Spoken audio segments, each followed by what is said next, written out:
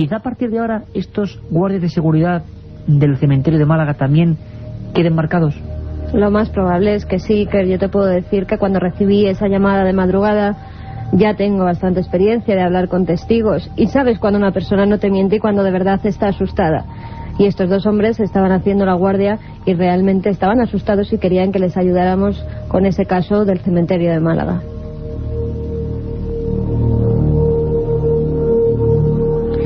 Bueno, pues apenas minutos después cogió sus bártulos, sus grabadoras y como buen reportero y gran comunicador, Luis Mariano Fernández, ejerciendo el periodismo de última hora, de inmediatez. Luis Mariano, compañero, buenas madrugadas. Buenas madrugadas, Iker, Carmen, y a toda esa familia cada vez mayor de Milenio 3. Una familia que sigue tus peripecias, además, con pasión. Lo pudimos comprobar en Málaga y yo vuelvo a repetirlo. Un abrazo muy grande de toda esta gente que hace Milenio 3 porque, bueno, no sé si nos merecemos o no que se porten así con nosotros, pero ha sido una sobredosis de cariño y eso de verdad que nos enorgullece y solo, Mariano, verdad, nos obliga a una cosa, a intentar hacerlo cada vez mejor, nada más. Por supuesto que sí, fue una presentación extraordinaria, fue una presentación donde hubo muchísimo cariño, muchísima complicidad y sobre todo humanidad, ¿no? Y eso es muy de agradecer y tenemos que seguir ahí en la brecha, Iker, informando y haciéndolo lo mejor posible. Mariano, y da la circunstancia, la casualidad, unos dirían causalidad, que esa misma noche, casi preparando nuestro desembarco en Málaga, resulta que llaman guardia de seguridad del cementerio, de uno de los cementerios de Málaga. Tú te marchas para allá, toda la gente se quedó aterrorizada. Yo recuerdo a Carlos Nicolás, el técnico que estaba esa noche con nosotros, estábamos todos, bueno, con la carne de gallina. ¿Qué te encuentras? ¿Cuál es la escena? Porque tú vas a verlos inmediatamente. Claro, sí, es que además fue una extraña coincidencia, ¿no? Como muchas, por eso quizá pensemos de que no existe la casualidad, ¿no? Fijaos que fue después de mi intervención en el programa, minutos después abristeis el teléfono y llamó un vigilante de seguridad de Málaga, ¿no? Yo no lo pensé dos veces, me dirigí sin saber muy bien a qué cementerio era porque efectivamente en Málaga hay varios camposantos, hay varias necrópolis. Y bueno, yo me dirigí primeramente al cementerio San Rafael. Allí me atendió un vigilante de seguridad un poco perplejo porque eran aproximadamente las 4 menos cuarto de la mañana. No era habitual, ¿no? Era un visitante. Claro, me ve a mí con una bolsa llena de cámaras y de grabadoras y bueno, yo le pregunté si él había llamado a la cadena SER, al programa Milenio 3, preguntando sobre, contando un poco la experiencia de si había oído alguna voz extraña en el cementerio. Entonces él me dijo que no había sido él, pero que conocía la historia y que eso ocurría en la necrópolis del cementerio de San Miguel. Bueno, pues allí me dirigí y bueno, pues me encontré efectivamente el camposanto cerrado, no había absolutamente nadie, no me encontré con ningún vigilante de seguridad. Seguidamente me llamó la periodista Carmen Porter, la compañera, para ponerme en antecedentes de que ese vigilante de seguridad no estaba en ese cementerio en ese momento. Yo me puse en contacto telefónico, sería las 4:10 de la mañana, con Pedro Duarte, el vigilante que llamó al programa. Él está ejerciendo su labor, su trabajo como vigilante en las canteras del pueblo de Alhaurín de la Torre, también la provincia malagueña. Y bueno, pues allí me dirigí, llegué sobre las 4:30, 5 menos cuarto de la mañana, allí me atendió y bueno, pues me contó esta increíble historia, ¿no? Él fue testigo de lo insólito, del absurdo, del misterio, escuchó la voz y el llanto de un bebé, de un niño, en ese cementerio, en esa necrópolis de Málaga. Y bueno, toda esta historia, Iker, Carmen, se remonta pues a una fría noche de noviembre del año 1985, ¿no? Porque las tapias del cementerio, de este cementerio, fueron testigos de cómo una misteriosa voz infantil se deshacía en lamentos y gemidos. A partir de entonces, pues los fenómenos se fueron sucediendo de una forma continuada, uniéndose otros muchos, y formando así el que probablemente, Iker, pues sea uno de los casos más interesantes de la provincia de Málaga. Un caso que desde luego nos va a poner a todos los pelos de punta. Desde luego, Mariano, y si te parece, para meternos en el meollo de esa historia, lo que tú encuentras, el miedo, el estupor, casi a flor de piel, vamos a escuchar a Pedro Duarte, este primer documento que tú grabaste allí, esa noche de investigación, impulsado por el deseo de querer saber qué ocurría. Vamos a escuchar a Pedro Duarte. Escuchad todos los amigos de Milenio 3 muy atentamente, porque creo que tiene miga. Es un guardia de seguridad que lo vamos a ver muy afectado porque esos llantos de niño inconfundibles no solo ha podido escucharlos él. Vamos a ver. Y fuimos nosotros 3 noches seguidas y escuchamos del niño cómo lloraba. ¿Vosotros escuchasteis al niño? Los 4. Yo, mi hermano Paco, mi cuñado Jesús y un amigo mío que se llama Juan Portillo, que también es compañero mío. Los 4. ¿Y cuál fue vuestra reacción? Salí por pata de allí, pero ya. ¿Estabais trabajando en ese momento? Sí. ¿De noche? ¿Y salisteis corriendo? Sí. ¿Abandonasteis el puesto? Sí, no, nos hemos para afuera y dijimos a mi jefe que allí no trabajamos más. Vamos, es que no iniciamos el servicio, ¿vale? ¿Y puedes especificar, si puedes, qué escuchasteis? ¿El lamento, el llanto? Sí, un llanto de un niño ¿Que provenía de algún sitio en concreto? Vamos, provenía de donde están dicho. ¿Que sabes tú algo de la historia de ese niño? ¿Cuándo fue enterrado allí? ¿Por qué? No, de eso, nada, ni me preocupé ni en averiguar nada. Yo nada más que salí de allí y yo dije que yo no entraba más allí. ¿Fue la única vez que tú escuchaste el llanto de ese niño? Durante 3 noches seguidas, sí. ¿Durante 3 noches seguidas? 3 noches. ¿Estabas solo con algún compañero? Con los otros 3 compañeros. ¿Desde entonces no has vuelto a ir a ese lugar? No. Vamos, ni tengo ganas de ir. Porque ya te digo que la casualidad es que nosotros tenemos hermanos chiquitillos muertos. La otra realidad. Fenómenos extraños. Misterios sin resolver. Milenio 3. En la SER. Tremendas las palabras de Pedro Duarte, sobre todo porque nos da eco de una circunstancia que, bueno, que suena a casualidad aterradora. Y es que, Mariano, parece ser que todos los protagonistas de esta visión, los diferentes testigos, tienen un nexo común. Y es que hay familiares infantiles suyos muertos. Al menos eso parece, Iker, y no es el único testimonio. Por ahí han pasado muchísimos vigilantes de seguridad. Esta historia no es nueva en la provincia de Málaga, y pudimos también confirmar pues el testimonio de una persona que se acercó a nuestra presentación de Tumba sin Nombre en Málaga y nos relataba, acuérdate, que él tenía constancia de que efectivamente ese llanto se había oído en varias ocasiones, en varias noches en ese cementerio.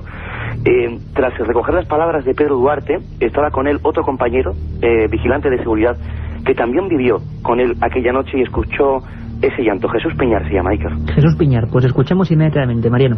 Como un llanto de un niño, como un crío pequeño, cuando le falta algo. Aquello fue de noche, me dices. Sí. ¿Y no lo escuchasteis más o aquello solamente fue aquella noche? No, solamente estaba aquella noche. Después no he vuelto ahí. ¿Te asustaste? ¿Cuál fue tu reacción? No, fue como incredulidad, ¿no? Yo creía que era una broma. Entonces no me quedé muy claro. Digo, ¿esto qué? ¿Tú estabas ahí también como vigilante? No, bueno, ahí vamos a ver el servicio. Yo aún estoy de controlador. Y fui a acompañarte. Y bueno, eso fue todo. Después de aquello no has vuelto a saber nada de esa historia, ¿no? No he vuelto a ir por allí. No ha vuelto a ir por allí y de verdad que no nos extraña. Escuchamos a Luis Mariano en ese momento, en esa madrugada, hablando con los diferentes testigos de un fenómeno que, como bien sabemos ahora, parece relativamente conocido. Parece también que hay origen, Mariano, que se conjuntan diferentes historias, incluso ahora en Málaga con diversos investigadores, como Rosa María Padilla, podíamos incluso especular, o decían los investigadores locales, que también podía haber cierta parte de leyenda urbana. ¿Por qué? ¿Por qué? ¿Dónde está ese nicho? ¿Qué tiene que ver esa especie de ofrendas que algunas personas concretas dejaban en ese cementerio? Parece que al margen de que haya fenómenos o no, sí que hay cierto velo de misterio concreto en torno a una tumba muy muy específica. Efectivamente, la investigadora local, Rosa María Padilla, de Málaga, ha investigado y ha recogido datos en profundidad sobre esta historia, ¿no? Una historia que, como decía al principio, comenzó una noche de 1985. Allí hay una persona, José Fernández, que es un ex sacerdote que está al cuidado, ¿no?, entre comillas, de este camposanto, de esta necrópolis. Para muchos una persona especial, una persona un poco introvertida, diferente, para otros muchos una buena persona. Y la verdad es que este hombre, pues una noche rezando en el camposanto a las 2 de la mañana, escucha lo que a él le parece el lamento y el llanto de un bebé, ¿no? El caso es que él presta más atención y escucha la voz de un niño que dice mamá, mamá. Este hombre se fue acercando al lugar de donde procedía el sonido y este se fue apagando, curiosamente. Pero por lo visto este hombre, al rezar de nuevo, la voz volvió a sonar. Y al instante pues descubrió que los lamentos venían directamente de uno de los nichos. Más adelante él recuerda que pertenecía a un niño que había muerto recientemente de leucemia con pocos meses y había sufrido muchísimo, ¿no? Entonces él dice que su seguridad era total porque no confundía ese sonido con la de ningún animal o algún eco distorsionado por el aire, ¿no? Y el llanto fue lo bastante claro para que no existiera confusión. Él dice, y que de forma extraña, que el niño le dijo en diferentes ocasiones que estaba ahí para consolar a todos los niños que estén enfermos y a todas las personas que tienen problemas. Y decía, traedme caramelos y leche.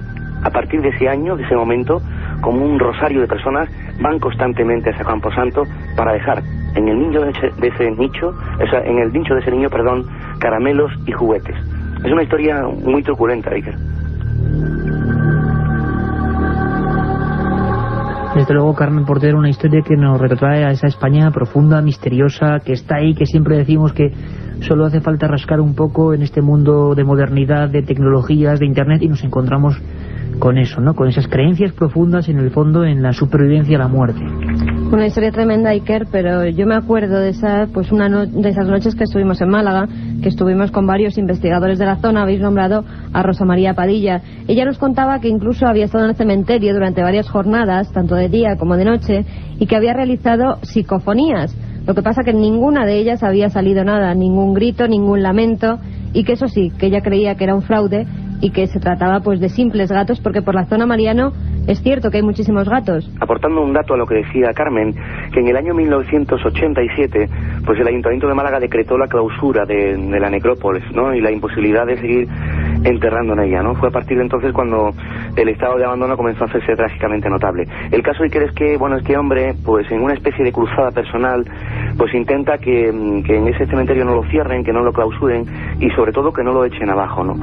Muchos investigadores, así como curiosos y conocedores de esa historia, apuntan de que este hombre, José Fernández, el hombre que está al cuidado de este cementerio, pues se haya un poco inventado esta historia, ¿no? Para que no echasen abajo en el cementerio. Desde luego hay opiniones para todos y para todo, y desde luego no sabemos qué creer. Yo creo que sería interesante... Luego están los testimonios de los guardas, que también es importante, ¿no? Claro, claro. Yo creo que sería interesante, no sé, hacer algún tipo de incursión, hacer alguna investigación, porque desde luego no hay ningún documento fotográfico o fílmico de estas apariciones, porque también las ha habido. Este hombre dice que ha tenido apariciones de este niño, e incluso se han desarrollado y se han realizado diferentes prácticas y experiencias de tipo satánicas dentro del cementerio, que esto, bueno, pues uniría más al misterio, ¿no?, de la voz del niño. Caramba, o sea, que tiene todo ese cementerio semiabandonado, ¿no? Yo creo que sería bueno hacer una investigación profunda en ese cementerio, reunir más testimonios e incluso, ¿por qué no?, hacer algún tipo de... Y hace más o menos 7 días, los que sois seguidores de Milenio 3 en la cadena SER, este que os habla, Iker Jiménez, os daba una noticia misteriosa. Y el equipo además lo traía aquí con datos fidedignos. En Chile había polémica. De nuevo también ese término enrolado al misterio. Había polémica porque, atended bien, un extraño ser de pequeño tamaño, de gran cráneo, de largos dedos, un aspecto monstruoso, se encontraba en una parte, en un territorio del sur de Chile. Bueno, nos hemos puesto a trabajar, hemos puesto a todo el equipo detrás de pistas y hemos encontrado historias fascinantes. Es decir, el caso de Chile no era el primero. Por ejemplo, en Puerto Rico, en el año 76, se puso de moda el término garadiábolo. ¿Qué significaba eso? Bueno, pues era más o menos una especie de criaturas misteriosas que parecían seres de las profundidades y que incluso coparon partes de algunas revistas en la época que se editaban en España y en Sudamérica, por ejemplo, Mundo Misterioso. Bien, parecían realmente diablos del mar. Un día hablaremos de los hombres peces, o supuestos hombres peces. Hay más de realidad de lo que parece. Pero estos eran un auténtico fraude. Los pescadores intentaban cortar de alguna forma un tipo de pez plano, semejante al lenguado o parecido a una raya, e intentaron engañar a algunos científicos, y lo consiguieron en la primera época. Era un fraude. Lo que no se sabe si es un fraude o no es lo que ha pasado en Chile hace apenas 7 días. Una criatura que parece un feto, parece un niño, que está fosilizado, o mejor dicho, momificado, sería la palabra en sí mismo, y que tiene la típica imagen que todos hemos recordado o visto en la literatura fantástica de lo que sería siempre supuestamente un extraterrestre. Y nos pusimos en contacto rápidamente con Chile, ni más ni menos.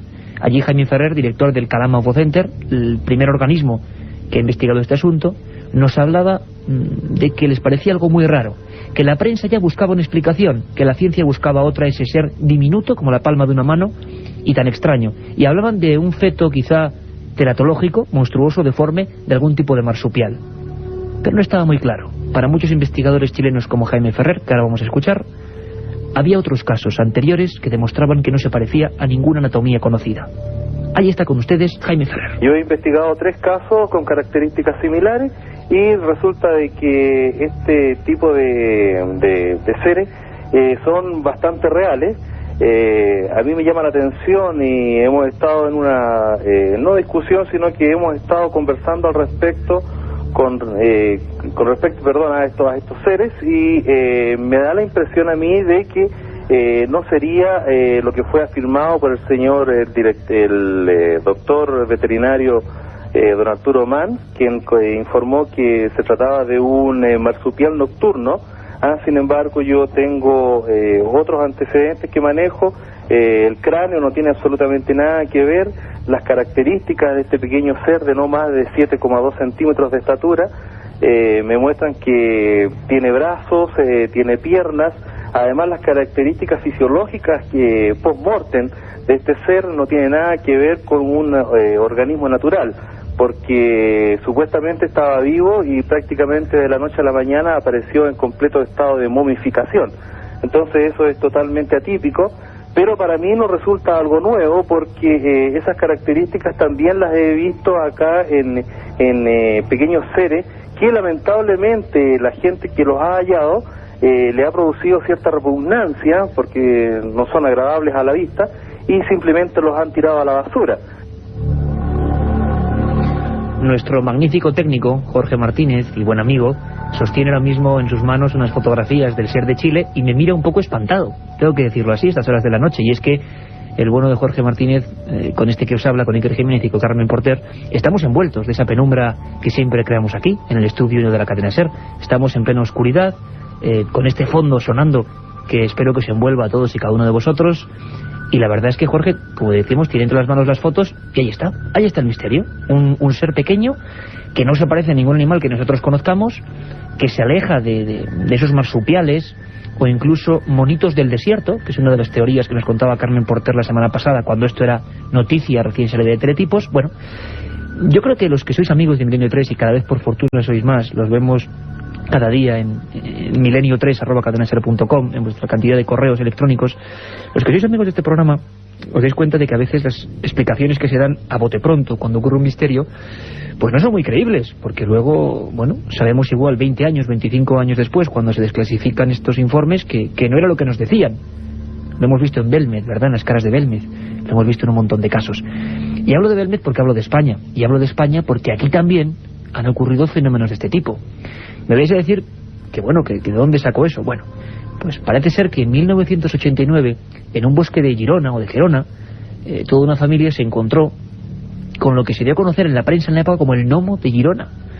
Se dijo que podía ser un feto de rinoceronte teratológico. Al decir teratológico me refiero siempre a fetos monstruosos, ¿no?, desgraciadamente. Pero aquello, según se publicó, al menos en la época, se movía.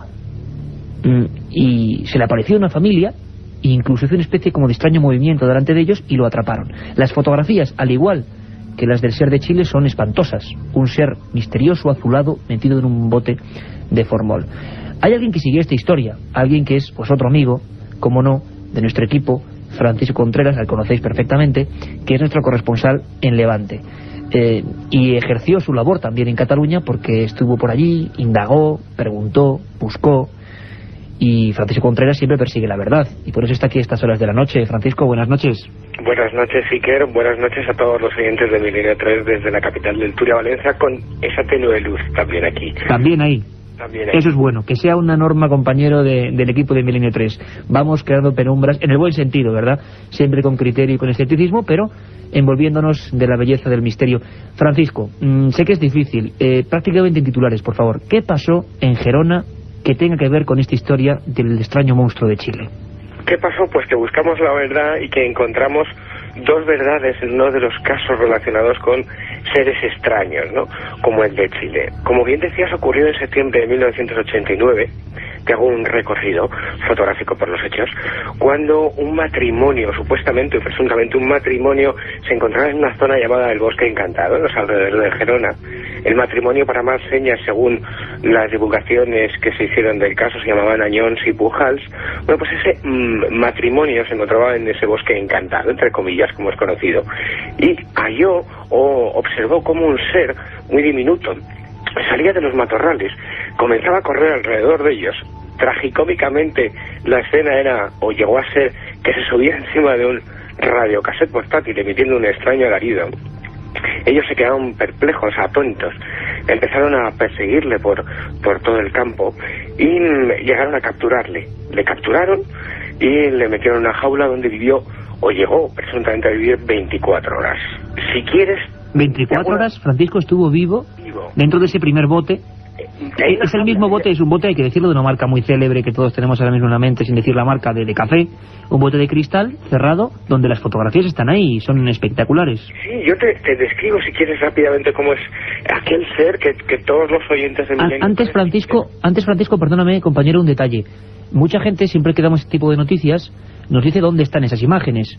y yo desde luego os encomiendo a la página web www.ikerjimenez.com. También podéis acceder a través de www.milenio3.net, ikerjimenez.com o www.milenio3.net, y ahí vais a ver un artículo de Francisco Contreras Gil con las fotografías de ese ser, las fotografías del gnomo de Girona en toda su expresión, esplendor del término, unas fotografías impactantes que están ahí, un ser metido en una especie de líquido, de formol, y que es impresionante. Francisco, espera un segundito porque volvemos en un momento. La otra realidad. Milenio 3. En la cadena SER. Aparte de gozosos, dolorosos, gloriosos, los misterios de la Iglesia son sorprendentes e inexplicables. La periodista Carmen Porter te ayuda a desvelarlos en Misterios de la Iglesia, una obra que saca a la luz los episodios más impactantes del fenómeno religioso. Exorcismos, apariciones, cuerpos incorruptos, estigmas. Misterios de la Iglesia, de Carmen Porter, publicado por Editorial Edad. La otra realidad. Milenio 3. En la cadena SER. En esta semioscuridad del estudio 1 central de la cadena SER en Madrid, en conexión con Valencia, con nuestro corresponsal Francisco Contreras, seguimos hablando de ese gnomo de Girona. No ha sido el único caso, lo aumentábamos lo de los garabiábolos, y también incluso, año 78, Playa Arendira, en Puerto Rico, una especie de tronco extraño que parecía, sinceramente, el de un extraterrestre, que al final tampoco subimos nada, los informes y el objeto se perdieron. Algo pasó en Gerona también así. Parecía que era un tipo de tiburón muy extraño, pero nunca lo pudimos saber. A veces estas muestras, estos seres, acaban perdiéndose. En Chile están las fotos en todos los periódicos de Chile. Seguimos hablando, Francisco, del retrato robot de esa figura misteriosa a la que se le denominó, incluso gnomo. Fue llamado el gnomo de Girona. Todos los oyentes hay que recordar que pueden ver esas fotos del gnomo de Girona, del duende entre comillas de Girona, en ikerjimenez.com. Te hago la descripción. Medía alrededor de 12 centímetros, tenía un color, en principio cuando estaba vivo, azulado, y luego según los supuestos testimonios pasó a una tonalidad amarilla, y tenía una especie de protuberancia en la cabeza y los ojos de un color rojo. La verdad es que las fotos son espectaculares, y el caso Montesilla fue divulgado por multitud de medios de comunicación, tanto especializados como no especializados, y ahora lo podemos encontrar en enciclopedias temáticas dedicado a lo insólito. Un caso además bien divulgado y presuntamente investigado por dos personas que fueron Ángel Gordon y Sebastián Darbo. Claro, con todos estos antecedentes uno ejerce de periodista y cataloga ese caso como archivo en su archivo, como investigación pendiente, y se pone manos a la obra, y hace unos años tuve la posibilidad de dedicarme por entero a ello. Tenía todos los antecedentes o todos los ingredientes para tener uno de los grandes casos, como ya ocurrió, como bien decías, y que salieron a la luz pública en revistas tan fantásticas y geniales como Mundo Desconocido, que dirigía Andreas Faber-Kaiser. Bueno, encontramos la verdad, o encontramos dos verdades. Por un lado, encontramos a los autores del descubrimiento, los verdaderos autores de encontrarse a aquel ser que se llamaba Manuel Tello y a su hija Cecilia Tello, que eran de Gerona, y nos daban la primera verdad, que nada de lo que se nos había contado era verdad. Nada. Tristemente, nada de lo que se nos había contado era verdad. Es decir, ni existió ningún matrimonio que se llamaban Añanos y Pujals, es decir, sino que fue un simple y valiente, porque lo contó hombre catalán, se llama Manuel Tello, ni que aquel ser estaba vivo, es decir, no bailó encima de ningún radiocassette. O sea que Manuel Tello, Francisco, se encontró ese ser muerto. Se encontró muerto, iba paseando en los alrededores de su casa, se encontró este ser de 12 centímetros con una protuberancia en la cabeza, ojos de un color rojo y amarillo, esto sí es cierto, se lo encontró muerto, tirado en un camino. Sí, lo que es evidente, Francisco, es que el ser está ahí y es espectacular. Efectivamente, y ahora te cuento cómo fue verdaderamente la historia, una historia tragicómica, te diría yo, porque él se encuentra aquel caso teratológico o feto extraño, que luego daremos algunos apuntes, lo guarda en un bote de Nescafé, lo lleva a la farmacia de su localidad, que vamos a guardar en anonimato, y a los 2 días se presentan algunos investigadores para recogerlo, y es a partir de ese momento en el que lo recogen estos investigadores y divulgadores del misterio cuando salta el boom. Pero ni estaba vivo, ni emitía alaridos, ni nada de nada. Lo que sí es cierto es que era un enigma, y fíjate, yo tengo aquí un informe emitido por el doctor Luis Linares de Mula, ya fallecido, que hablaba sobre, que pudo analizar algo sobre el duende de Girona te lo leo rápidamente. La extraña conformación de este animal, afirmaba el doctor Lines de Mula, puede ser debida a dos causas.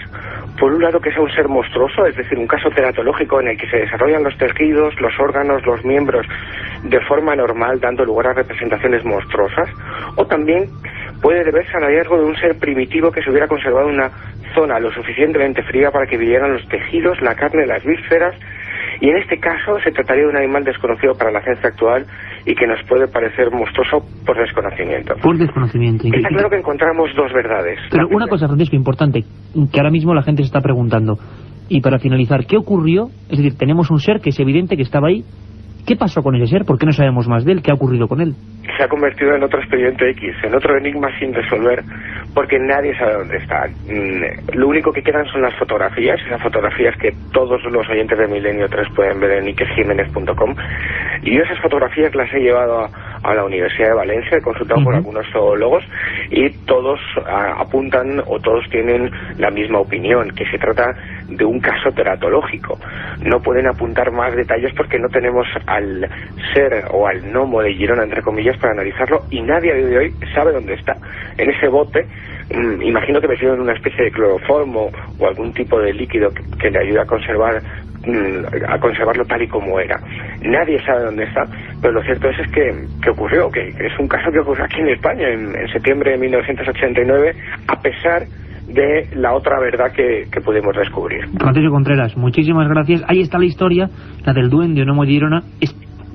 Es algo que pasó en España hace unos cuantos años, así que nada, verdad compañera, nos viene de sorpresa. Esto pasa en Chile, ha sido noticia mundial, pero como siempre, si uno va a los viejos archivos y a los investigadores, en España ya han pasado cosas muy parecidas. Y nos ha sorprendido gratamente un reportaje aparecido en la revista Más Allá del excelente escritor Joaquín Albaicín, un hombre que sabe mucho del mundo del toro, que ha escrito libros fantásticos como Gitanos en el Ruedo o Diario de un Paulista, dedicado a ese monstruo del toreo, Rafael de Paula, y ha hecho un reportaje, sin embargo, que se separa un poco de las corrientes más ortodoxas, pero que entra de lleno en la temática también de este programa, que es el misterio, los presagios de muerte, las cosas que ocurren de vez en cuando y se transmiten en un universo tan ancestral, tan maravilloso, tan cerrado en sí mismo, como es el de los toros. Toreros que adivinan su óbito, personas que sienten extrañas sensaciones justo en la tarde en que son corneados, subalternos dotados, vamos a llamarlo, de cierto gafe o de cierto sentido trágico, y que están siempre presentes en algunas malas tardes, o por ejemplo misteriosos personajes que aparecían en algunas barreras y que sobre todo obsesionaban a maestros de la talla de Manolete. Don Joaquín Albaicín, buenas madrugadas, ¿cómo estás, compañero? Hola, buenas noches, encantado de hablar contigo. Pues encantados nosotros, un reportaje sensacional donde desgranas un sinfín de cosas que yo creo que no son nada conocidas y que, bueno, que nos demuestran que hay un mundo ancestral con cierto atavismo, ¿no? Ciertos condimentos lógicos primitivos donde intervienen, por supuesto, historias de lo sobrenatural. Imagino que te has encontrado en tu investigar sobre este asunto un sinfín de historias. Hablas de presagios de muerte en el ruedo. Joaquín, ¿podrías explicarnos por qué has titulado así este reportaje? Bueno, sí, estos son un conjunto de historias que yo, pues, llegaron a mi conocimiento, sobre todo un poco por el ambiente familiar, que las escuché de niño, y después pues a través de toreros con los que tengo amistad, o gente relacionada con el mundo de los toros que me las ha contado, ¿no? Y bueno, es curioso, no solo en el mundo de los toros, sino creo que en la vida de cada uno, cada vez que acontece algo verdaderamente relevante, si uno se pone a pensar, a escrutar un poco el pasado más reciente, pues se topa con símbolos, con palabras, con cosas que se debieron hacer pero no se hicieron, que de alguna manera prefiguraban ese acontecimiento, ese desenlace que iba a suceder después. Lo que sucede es que en estas cosas repara uno un poco a toro pasado, ¿no? Nunca mejor dicho. Claro, y en el mundo de los toros, además, que bueno, que no es un arte que pertenezca en propiedad al mundo moderno, sino que pertenece al mundo tradicional, y por lo tanto es un arte en el que el ritual tiene un componente importantísimo. Pues en todo marco ritual, siempre que se deja de incumplir uno de los pasos prescritos, pues se crea cierta sensación de desasosiego, ¿no? Luego, además, si tenemos en cuenta que es un arte en el que aquellos que lo practican se juegan la vida, pues es normal que todo el mundo se aferre a instintos de seguridad que van más allá de lo lógico, ¿no? Adornas el reportaje con fotografías maravillosas y hablas de algunos grandes de toda la historia del toreo. Uno que es aficionado, al menos un poquito, ¿no? Intenta aprender de ese ambiente, como decimos, ancestral, ritual, mágico, sin duda, del toreo. Pues ha ido a hablar mucho, por supuesto no lo vimos ni tú ni yo, de Joselito, uno de los grandes toreros de la historia que falleció en Talavera de la Reina al comenzar la década de los 20. Hay ciertos presagios en esta historia, tú lo utilizas como, digamos, entrante en el reportaje. ¿Qué ocurrió, Joaquín?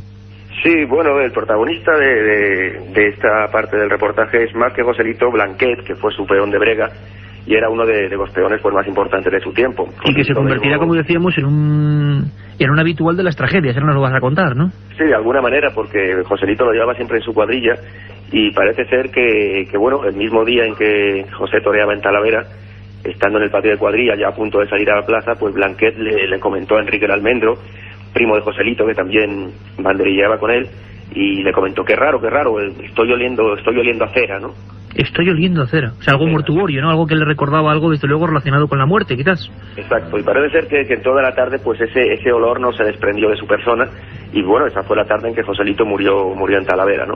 Pero bueno, esto podría ser algo anecdótico si no fuese porque 2 o 3 años después, Blanquet iba en la cuadrilla de Manuel Granero, la tarde en que poca pena le corneó de muerte en Madrid, y justamente también antes de salir al ruedo en el patio de cuadrillas, Blanquet volvió a sentir ese mismo olor y se lo comentó a otro banderillero: estoy oliendo a cera, y claro, decía, esto en mí es muy peligroso, porque la última vez que olía a cera murió José, ¿no? Precisamente esa tarde pues murió también Granero, y bueno, a cuento de ello pues ya Blanquet se quedó bastante sugestionado, y porque él interpretaba aquel olor como el olor de la muerte. El olor de la muerte, Joaquín, pero además la cornada de Granero, que no fue una cornada cualquiera, ¿verdad? Que aquí en el Museo de Cera de Madrid la hemos recordado muchas veces porque es una de las muertes más espantosas de la historia del toreo, ¿no? Sí, fue una cornada especialmente cruel, porque bueno, fue corneado varias veces en el suelo y finalmente el pitón le entró por uno de los ojos, ¿no? Así que prácticamente lo destrozó. Y además, bueno, se dice que Blanquet incluso olió a cera, volvió a oler la muerte el día de su propio óbito, ¿no? Porque Increíble. Él ya se había retirado de la fiesta, sugestionado por esto que le había sucedido, pues él ya se dedicó a otras actividades, o se buscó otro medio de ganarse la vida, hasta que Ignacio Sánchez Mejías, el cuñado de Joselito, le convenció de que volviese a los ruedos enrolado en su cuadrilla. Y bueno, torearon una tarde en Sevilla. Esa tarde Blanquet volvió a oler a cera, pero bueno, no sucedió nada, no aconteció ninguna tragedia en el ruedo, y bueno, se estaban ya cambiando en el tren que le llevaba a Guadalajara para torear en su siguiente compromiso, y claro, un compañero de cuadrilla le dijo medio en broma, dice: ¿ves cómo no iba a pasar nada? Si es que tú ya eres tú quien se sugestiona con estas cosas. Y en ese momento Blanquet empezó a decir otra vez que olía cera, y fue él quien cayó en el suelo muerto, redondo, con un colapso. Es decir, que olió su propia muerte de alguna manera también. Ese día la cera pues era para él, no para su matador.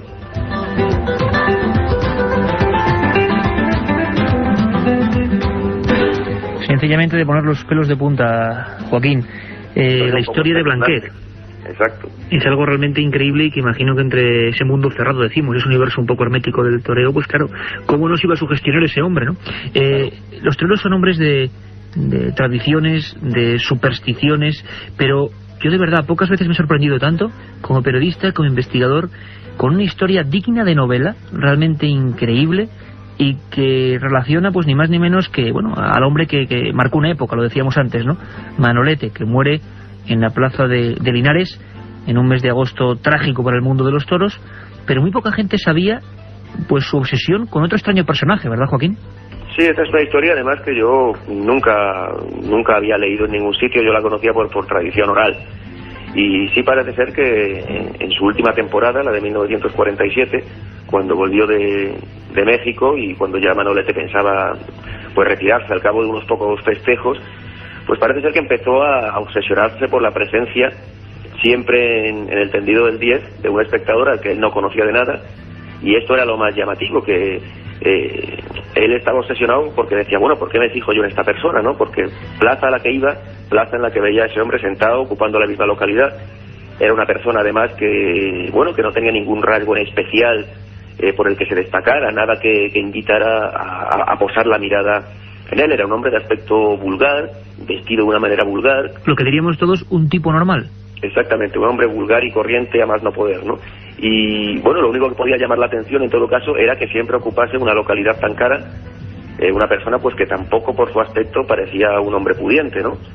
Y bueno, Manolete incluso preguntó a los miembros de su cuadrilla, preguntó a su apoderado, a la gente de su entorno, oye, ¿sabéis alguien quién es este hombre? Porque este toreo en Santander y está en Santander, toreo en Vitoria y está en Vitoria, toreo en Barcelona y está en Barcelona. Y la verdad nadie le conocía. Incluso había una circunstancia muy extraña, que era en cuanto doblaba el sexto toro, en cuanto moría el último toro, se volvía Manolete hacia el tendido, hacia la localidad que ocupaba este hombre, y él ya no estaba allí. Es decir, parecía como si hubiera sido la primera persona en marcharse de la plaza.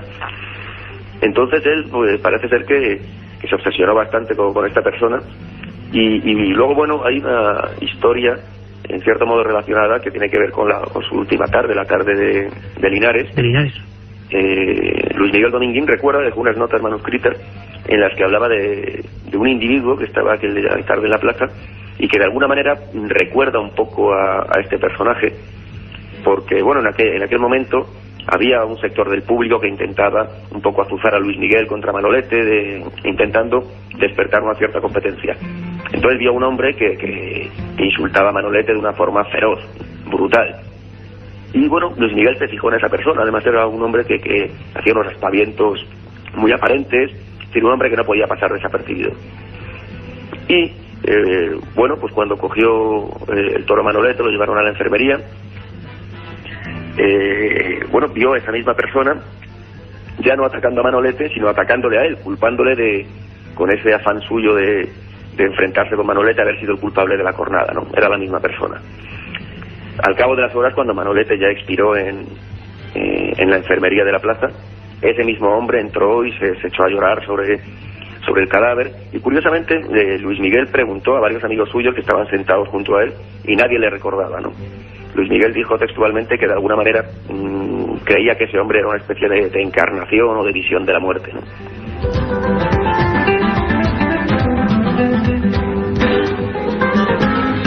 Y si te parece, Joaquín, incluso vamos a leer las notas que tú reproduces, esas notas de un hombre consternado por lo que estaba viendo, de Luis Miguel Dominguín, que decía más o menos así: de repente, desorbitado y casi a gritos, un hombre flaco se lanza sobre la cama y abraza el cadáver, se refiere al cadáver de Manolete.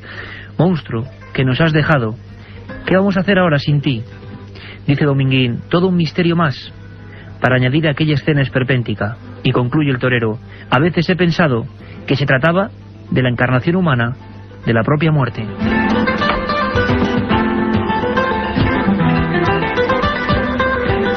Un mundo apasionante y en el que seguiremos indagando con Joaquín Albaicín. Nos has dejado francamente impresionados. Fenomenal trabajo, compañeros. Sabemos que hay un montón de documentación más, que en este mundo del ruedo, de la sangre, del ritual del toreo, es escarbar un poco y encontrar un sinfín de misterios. Pues mil gracias y de verdad, felicidades por un trabajo que consideramos excepcional y que desde luego a quien le guste el toreo y a quien no, le abre una perspectiva de lo misterioso que contiene este mundo. Un abrazo fuerte, Joaquín. Muchas gracias a vosotros y enhorabuena por el programa. Un viaje en busca del misterio. Milenio 3, en la SER.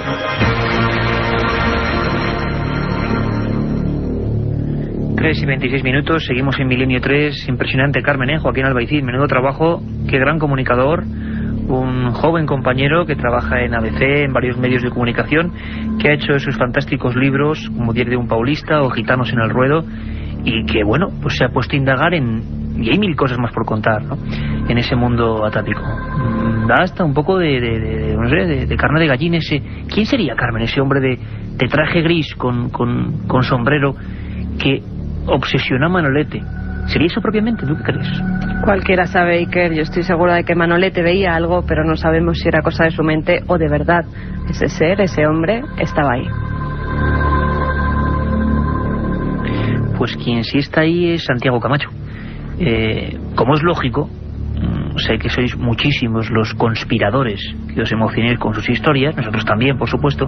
Hemos recibido muchas cartas porque en un par de semanas Santiago, que estaba con sus cosas, pues claro, no nos traía nuevas historias y nos reíamos amablemente con vosotros, con esos mails que nos enviabais, porque decíais, ya estáis conspirando contra Santiago, ya no está su sección porque se mete con los grandes poderes. No, Santiago sigue en el equipo y en primera línea. Nos habéis escrito muchas veces hablando de la cara de Marte, ¿verdad? Esa sonda Viking que de repente en el planeta rojo describe algo como ruinas. Y el tema de las ruinas en Marte, ruinas en la Luna, todo tipo de cosas, se ha hablado mucho de ellas. ¿Qué hay de verdad, qué hay de mentira? ¿Qué hay de conspiración? ¿Qué hay de añadidura humana? ¿Lo descubrimos con Santiago Camacho? Vamos allá.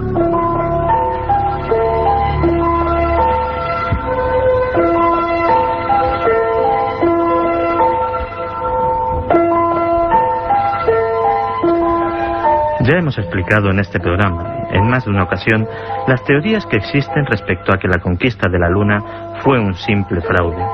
Sin embargo, existe otro foco de desconfianza hacia la NASA aún más fascinante, la de quienes opinan que la agencia lleva años ocultando las pruebas de la existencia de vida extraterrestre inteligente.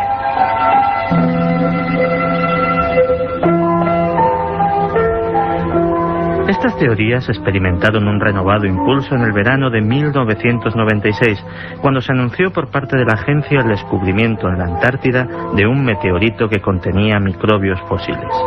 Un meteorito procedente de Marte.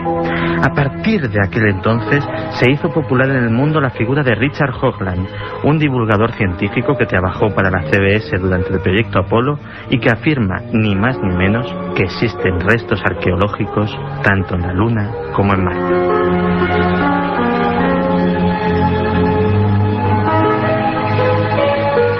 A mediados de los 80, Hoagland, junto con un equipo de técnicos y expertos, investigó en profundidad la llamada cara de Marte, una gigantesca estructura pétrea asombrosamente similar a un rostro humano que descansa sobre la superficie del planeta rojo. Llegaron a la conclusión de que era artificial.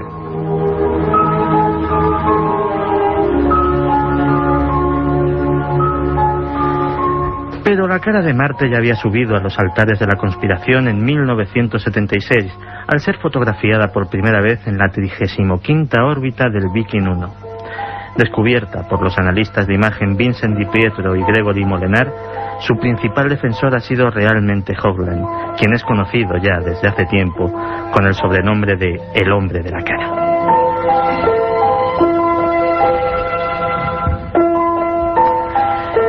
En su libro sobre las ruinas de Marte, no solo habla de la famosa cara, sino de todo un conjunto de restos arqueológicos, pirámides incluidas, capaz de hacer palidecer las glorias del antiguo Egipto. A su alrededor, Hoagland ha creado también una verdadera industria del merchandising, con gorras con la cara de Marte, tazas de café con la cara de Marte, pegatinas, esculturas, pósters y una de las páginas web más vistas de Internet.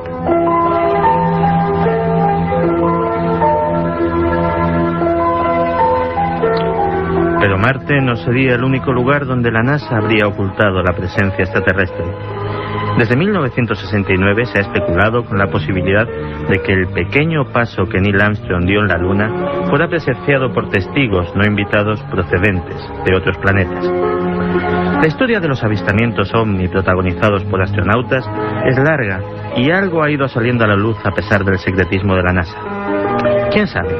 Es posible que algún día se nos revele el porqué de tanto secreto y descubrimos cosas que hoy día ni siquiera podemos sospechar.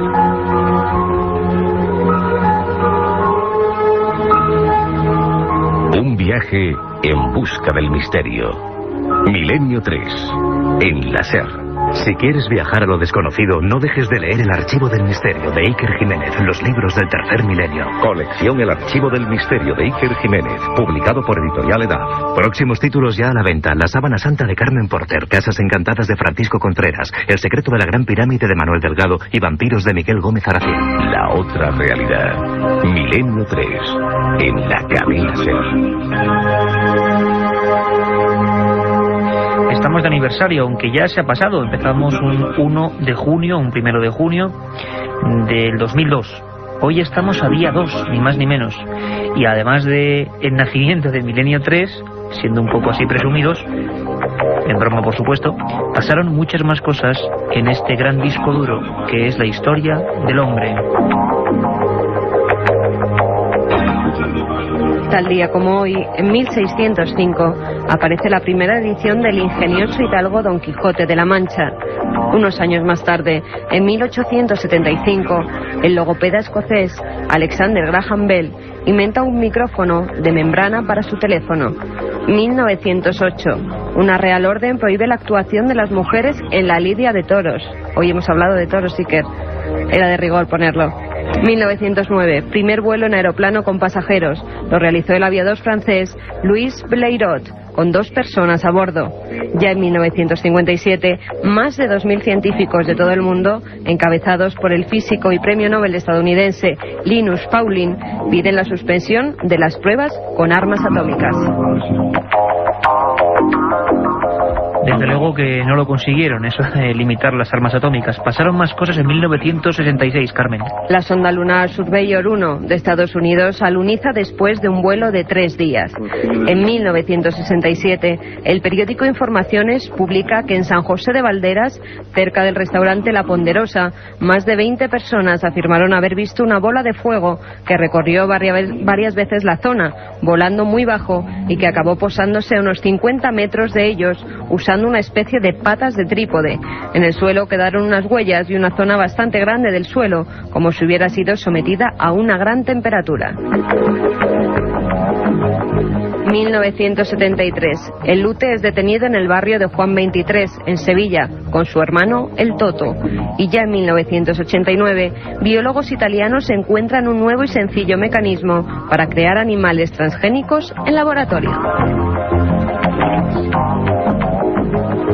Un sinfín de cosas, un 2 de junio, entre ellas una historia apasionante, año 67, el ovni de San José de Valderas, aquí al ladito, cuando esa zona de Madrid era pues campo casi desolado, en los castillos del Marqués de Valderas. Os preguntéis mucho por esa historia de Humo y los ovnis de Alcorcón y de Aluche. Lo contaremos con todos los documentos. Pero si ahora, si os parece, si os viene bien el plan, a estas horas de la madrugada, cogemos la mochila, cogemos la cámara del alma y el micrófono que recoge los sentimientos y vemos eso que es transcurrir la vida y el misterio, en definitiva la radio, Milenio 3. Carlos Barroso se ha marchado a Haití, ni más ni menos, y nos va a contar cosas. Agarraos bien, si estáis en la cama, como sé que muchos lo hacéis, subiros la sábana hasta la barbilla, porque vamos a hablar del país de los muertos vivientes. Milenio 3, periodismo de lo desconocido, en la SER. Haití se encuentra en la parte occidental de la isla española, el lugar descubierto por Cristóbal Colón el 12 de octubre de 1492. En 1697 España cedió a Francia ese territorio formado por cadenas montañosas y llanuras en el centro que se abren hacia el mar protegidas de los vientos alisios por numerosas elevaciones. El café es su principal producto de exportación. El territorio está fuertemente desforestado y la erosión es uno de los grandes problemas que amenazan el terreno. Con una población mayoritariamente rural y con pocos recursos energéticos, la madera es una de las principales fuentes de calor, lo que provoca un aumento de la tala de árboles. La mayor parte de la población, más del 90%, desciende de africanos. Pero Haití es un país donde lo oficial no casa mucho con lo que la población lleva a la práctica. 2 asuntos pueden servir como ejemplos. El idioma oficial es el francés, pero la mayoría habla el creol, una lengua que mezcla el inglés, el español y el francés antiguo con elementos africanos. La religión oficial es el catolicismo, pero la práctica del vudú está muy extendida.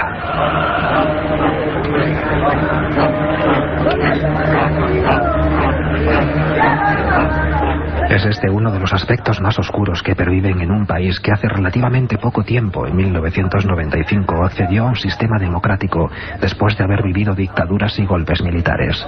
El vudú evoca en Haití un mundo de misterios y rituales en los que se mezcla de manera siniestra la creencia cristiana con antiguas prácticas africanas. Un mundo en el que la magia negra, los cánticos, los bailes y el sonido de los tambores se mezclan en una interminable muestra de irracionalidad. Los Hungan, o brujos que dominan las técnicas del vudú, son los encargados de planificar los rituales.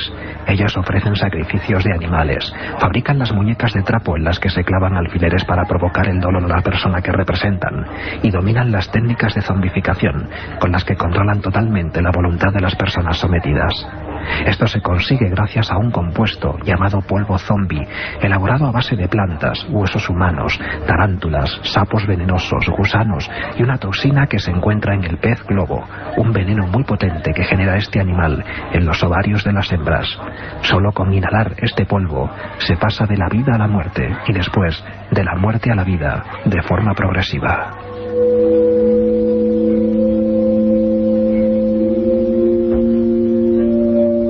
La zombificación, algo insólito e inexplicable para la ciencia, es un hecho todavía hoy en el país.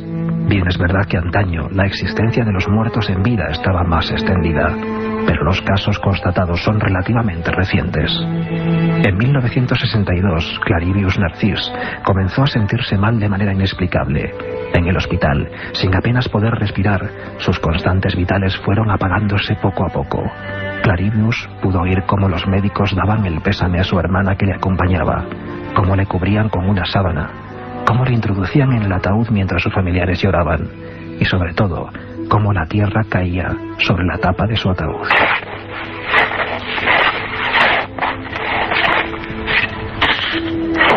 Clarivius Narcís ya no pudo oír más nada hasta que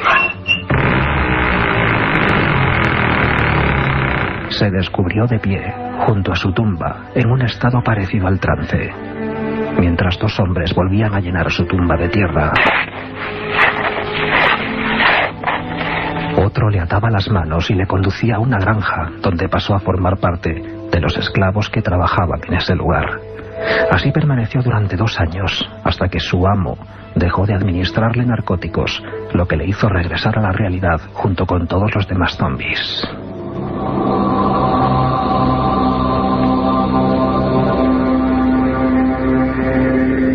Historias como esta se repiten en Haití de manera casi incesante. Cuenta una leyenda que un brujo lanzó una maldición contra una joven que le rechazó. Al poco tiempo la muchacha murió. Para introducirla en el ataúd demasiado pequeño para ella, tuvieron que doblarle el cuello. Uno de los asistentes a su funeral le provocó una pequeña quemadura en el pie. Al poco tiempo, la joven fue vista acompañando al Hungan que la maldijo. Años más tarde, la chica apareció en su casa, explicando que el brujo se había arrepentido y había liberado a todos sus zombies. En Haití no es difícil encontrarse tumbas abiertas en los cementerios y ataúdes reventados por doquier. Aún hoy, los haitianos tratan de asegurarse de que sus familiares fallecidos no serán convertidos en zombies. Se endeudan para comprar lápidas muy pesadas, entierran los cadáveres en los patios de sus casas, rematan los cuerpos para asegurarse de que están realmente muertos, o velan las tumbas durante varios días, seguidos hasta convencerse de que el cuerpo ya está descompuesto. Cualquier cosa para evitar que sus personas más cercanas acaben convirtiéndose en máquinas de carne y hueso a las órdenes de un brujo del vudú.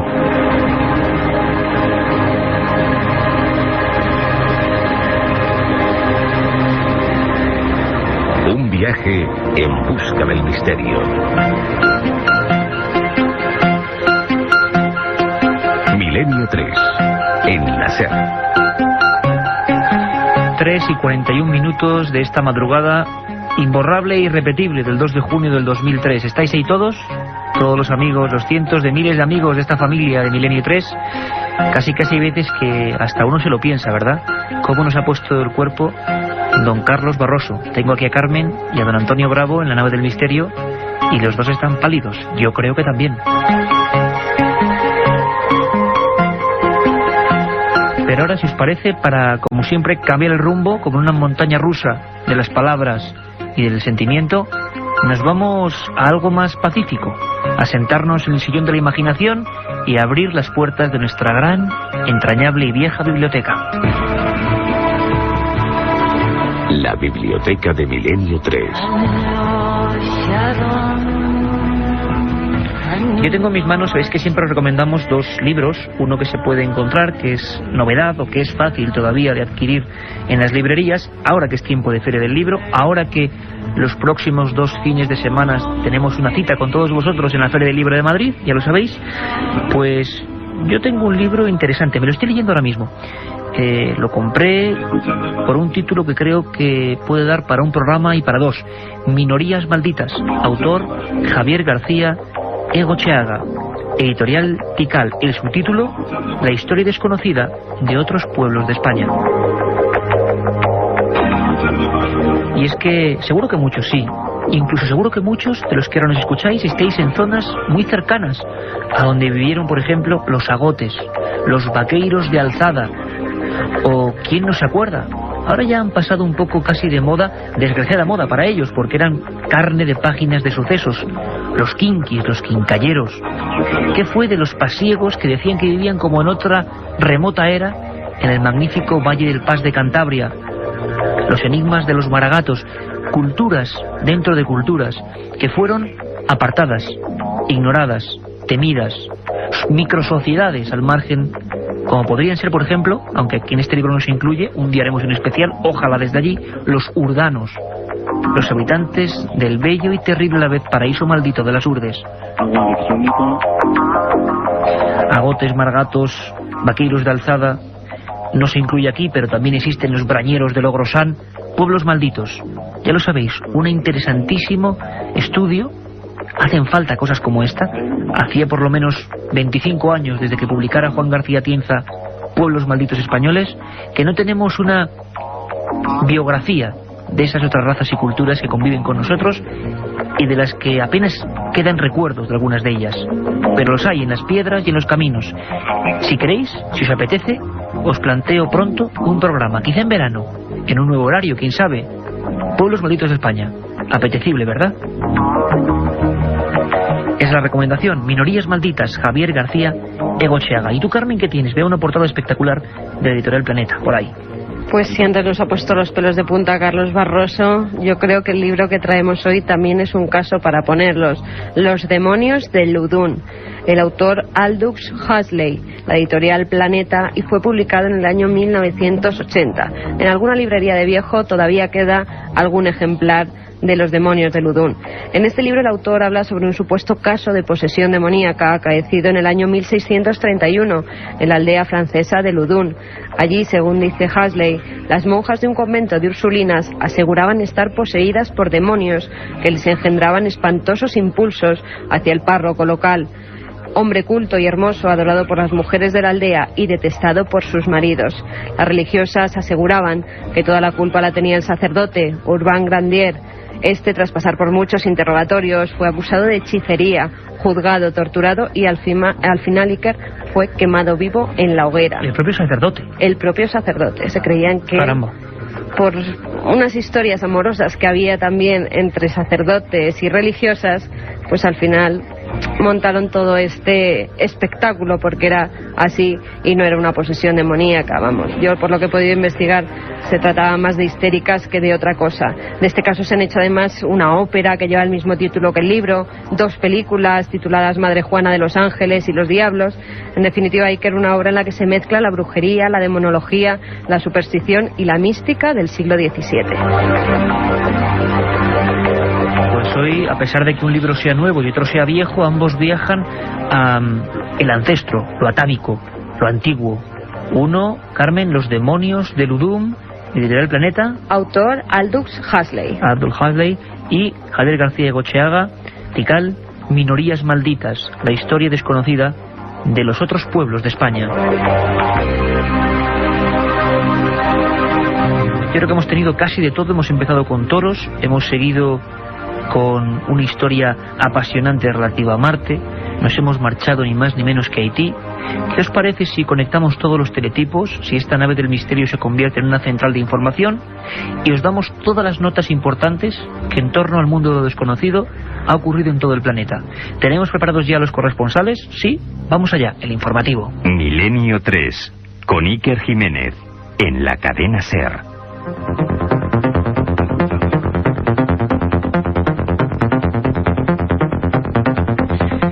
que hay noticias, bueno, interesantísimas, incluso a nivel histórico. Hablábamos hace un tiempo, Carmen, de los restos de Cristóbal Colón, ni más ni menos. Ahora se añade al misterio los restos de su hijo Hernando. Muy poco se sabe, es increíble, del descubridor de América, de ese hombre que en un principio creía haber descubierto la India, y algunos estudiosos sostienen incluso que murió creyendo que había descubierto la India, no América.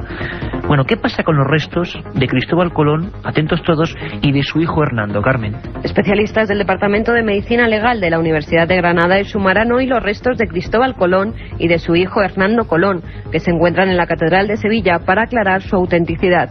El director de la investigación, el profesor José Antonio Lorente, dice que tras una primera identificación mediante el análisis genético del ADN de los huesos de Colón y su comparación con los de su hermano, su hijo o de otros parientes, se procederá a la investigación secundaria, que podría confirmar la hipótesis de que el descubridor era hijo del príncipe de Viana. Por su parte, el historiador Marcial Castro afirmó que esta prueba servirá para demostrar si el almirante está enterrado en Sevilla o, por el contrario, en el Faro de la República Dominicana, donde hay otra tumba en la que se dice que está enterrado el navegante. Y es que el enigma de Colón, bueno, daría, yo siempre sabéis que es mi eterna cantinela, para otro programa.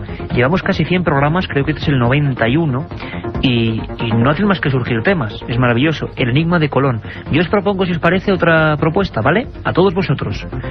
Antes de Colón, dicen que, por ejemplo, un vikingo terrible, Erik el Rojo, fue el primero en llegar de Groenlandia a América, el primero en pisar esa terra incógnita. ¿Será verdad? ¿Será mentira? Os propongo ese programa, ¿lo aceptamos? Vamos allá.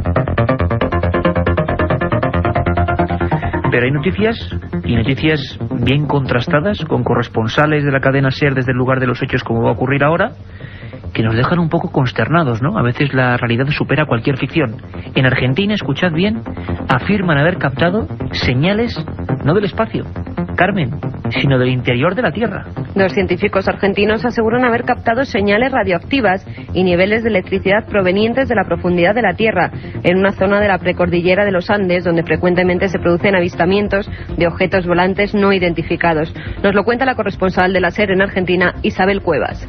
Dos científicos argentinos han captado señales electromagnéticas que emanan de la profundidad de la Tierra en una zona de la precordillera de los Andes, donde testigos dicen haber filmado ovnis introduciéndose en las montañas. Omar Gese y Jorge Milstein consideran que las microondas registradas a cerca de 3.000 metros de altura, cerca del Nevado de Cachi, en el noroeste argentino, no son originadas por causas naturales, sino por tecnología que escapa al conocimiento humano. Gese ha indicado que una de las hipótesis es que en esa zona haya una boca de entrada de aeronaves a una suerte de ciudadela intraterrena, a la cual también se puede acceder desde otros países andinos como Perú y Ecuador. Más allá de la parte turística, y que ya se ha transformado en un lugar donde mucha gente quiere ir a ver lucecitas y demás, el fenómeno está presente en el lugar desde hace miles de años. Eso está registrado en petroglifos en la zona, en leyendas. Las imágenes recogidas en las filmaciones muestran aeronaves de enorme tamaño que se trasladan a gran velocidad y se dividen en varios aparatos que luego vuelven a unirse.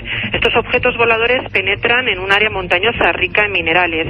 Los dos expertos piensan seguir midiendo las ondas electromagnéticas que allí se registran con instrumentos más precisos. Y ahora vamos al epicentro del milagro, un tema en el que tú, Carmen, iba a decir es experta, pero a nosotros los periodistas de Milenio 3, que somos solo eso, periodistas, no nos gusta llamarnos expertos de nada. Somos investigadores, contadores de cosas para que vosotros sepáis más. Pero es que es uno de tus temas preferidos. Hace menos de un mes hicimos un especial sobre misterios de la Iglesia y parece que hay un nuevo misterio de la Iglesia, en esta ocasión en Chile, porque carabineros de ese país han notificado, ni más ni menos que al Vaticano, el presunto milagro por la intercesión de un sacerdote. Una especie de amalgama extraña que nos parece de otro tiempo y que ha pasado ahora mismo, Carmen. El director general de Carabineros de Chile, Alberto Cienfuegos, viajará hasta el Vaticano para dar conocimiento de un presunto milagro que ha salvado a uno de sus agentes. El sargento Luis Pezo Matamala, mientras estaba de servicio, fue alcanzado por una bala que se alojó en su cráneo. Tras ser trasladado al hospital, los médicos aseguraron que sufría daños cerebrales irreversibles y mortales de necesidad. Pero el padre Lorenzo Torres decidió encomendar al policía a un sacerdote italiano, a Nicola Donofrio, al que se le atribuyen numerosos milagros. A los pocos días el sargento se recobró por completo de sus heridas y ya ha sido dado de alta. Y es que uno nunca deja de sorprenderse, esta maravillosa y mágica, a veces trágica también vida. Yo hace poco, Carmen, leía un libro de un gran periodista que ya no está, uno de esos grandes reporteros del diario Pueblo, era Felipe Navarro Yale, que hablaba de qué bonito es cada día salir ahí fuera a contar lo que hace nuestro hermano, el hombre. Y es que el hombre, nuestro hermano, tiene la capacidad de hacer lo peor y lo mejor.